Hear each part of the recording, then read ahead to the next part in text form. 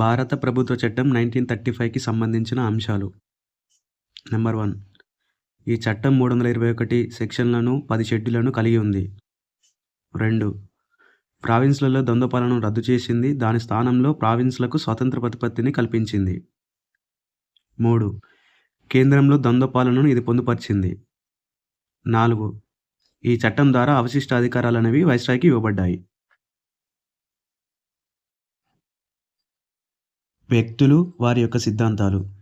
ఆది శంకరాచార్యులు అద్వైతం, వల్లభాచార్యులు శుద్ధాద్వైతం, రామానుజులు విశిష్టాద్వైతం, మాధ్వాచార్యులు ద్వైత్వం, నింబార్కుడు ద్వైతాద్వైత్వం వంటి సిద్ధాంతాలని ప్రతిపాదించారు. విప్లవాలు, వాటికి సంబంధించిన అంశాలు. బూడిద విప్లవం ఎరువులకు సంబంధించినది. బ్రౌన్ విప్లవం సుగంధ ద్రవ్యాలకు సంబంధించినది. ఆరెంజ్ విప్లవం నిమ్మ జాతులకు సంబంధించినది. ఎరుపు విప్లవం అనేది మాంసంకు సంబంధించినది. బంగారు విప్లవం పండ్లకు సంబంధించినది.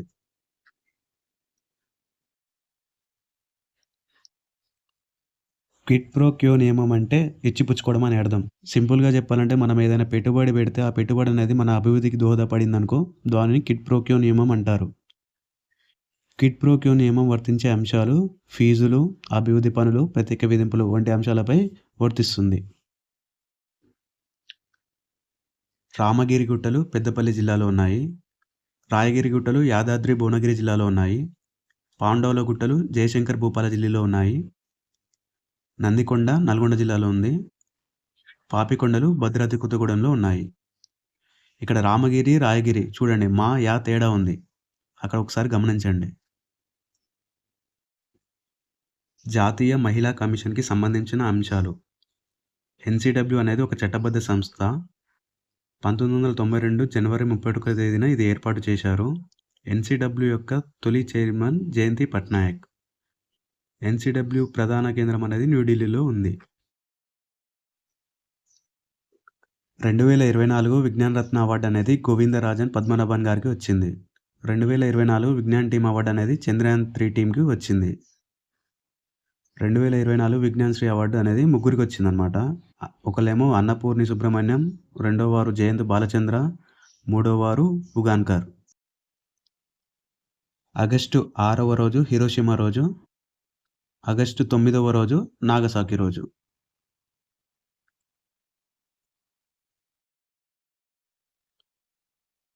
రాబందులకు సంబంధించిన అంశాలు.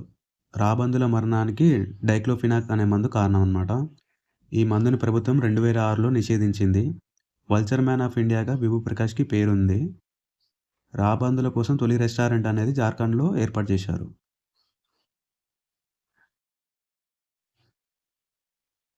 ఇటీవల హిందూ మహాసముద్రంలో 3 ప్రదేశాలకు మన రాజుల పేర్లు అనేది పెట్టడం జరిగింది. అశోక సీ మౌంట్స్ అని, చంద్రగుప్త రిడ్జ్ అని, కలప్తరు రిడ్జ్ అని పెట్టారన్నమాట. ముఖ్యమైన రాజులు, వారు స్వీకరించిన మతాలు. అశోకుడు బౌద్ధ మతాన్ని స్వీకరించాడు. చంద్రగుప్త మౌర్యుడు జైన మతమును స్వీకరించాడు.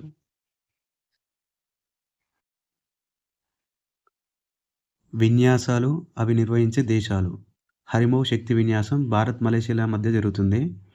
దస్తలిక్ విన్యాసం భారత్ ఉజ్బెకిస్తాన్ల మధ్య. లామిటియా విన్యాసం అనేది భారత్ సీషెల్స్ల మధ్య.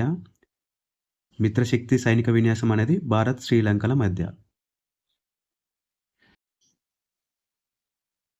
ప్రపంచ ఆరోగ్య సంస్థ అనేది 2024 వరకు 8 సార్లు అత్యవసర పరిస్థితి అనేది ప్రకటించింది. మొట్టమొదటిసారిగా స్వైన్ ఫ్లూ 2009లో అత్యవసర పరిస్థితిని ప్రకటించింది. Second Ebola, third polio, fourth Zika, fifth Kivu Ebola, sixth corona 2020లో వచ్చింది. ఎంపాక్స్ అనేది 2022లో కూడా వచ్చింది. అప్పుడు అత్యవసర పరిస్థితిని ప్రకటించారు.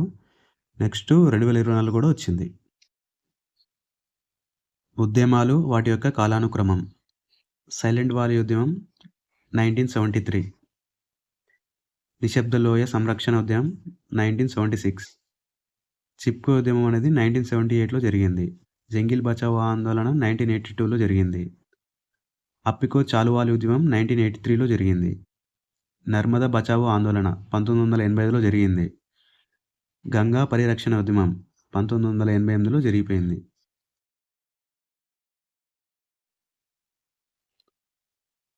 ఐక్యరాజ్య సమితిలో శాశ్వత ప్రతినిధిగా పనిచేసిన వారు: పర్వతనేని హరీష్, రుచిర కాంబోజ్, టీఎస్ తిరుమూర్తి. పర్వతనేని హరీష్ అనేవారు ప్రెజెంట్ ఉన్నారు. అంతకుముందేమో రుచిర కాంబోజు. రుచిర కాంబోజ్ గారి కంటే ముందు తిరుమూర్తి గారు ఉన్నారు. యుఎన్జి అంటే ఐక్యరాజ్య సమితి సాధారణ సభ. యుఎన్జికి సంబంధించిన ప్రత్యేక అభివృద్ధి సంస్థలు అనేవి మొత్తం 15 ఉన్నాయి. అందులో కొన్ని ముఖ్యమైనవి యుఎన్డిపి, యూనిసెఫ్, యూనిసిటిఏడి, యుఎన్ఈపి. ఎకోసోక్ ఆధ్వర్యంలో ఉండే సంస్థలు మొత్తం 16 అన్నమాట. అందులో కొన్ని ముఖ్యమైనవి ILO, FAO, UNESCO, WMO, WHO, IMF, IMO, UN women. ఇవన్నీ కూడా స్వయం ప్రతిపత్తి గల సంస్థలన్నమాట. రిజర్వ్ బ్యాంక్ ఆఫ్ ఇండియాకి సంబంధించిన అంశాలు: ఆర్బీఐ అనేది 1935 ఏప్రిల్ 1వ తేదీన ఏర్పాటు చేశారు. దీనిని 1949 జనవరి 1వ తేదీన జాతీయం చేశారు. తెలంగాణ ప్రభుత్వం గద్దర్ పురస్కారాల విధి విధానాల రూపకల్పనకు కమిటీ అనేది ఏర్పాటు చేసింది. ఈ కమిటీకి చైర్మన్గా దర్శకుడు బి నరసింహారావును నియమించింది. అలాగే ఈ కమిటీ యొక్క వైస్ చైర్మన్గా వి వెంకట రమణారెడ్డిలను అలియాస్ దిల్ రాజును నియమించారు.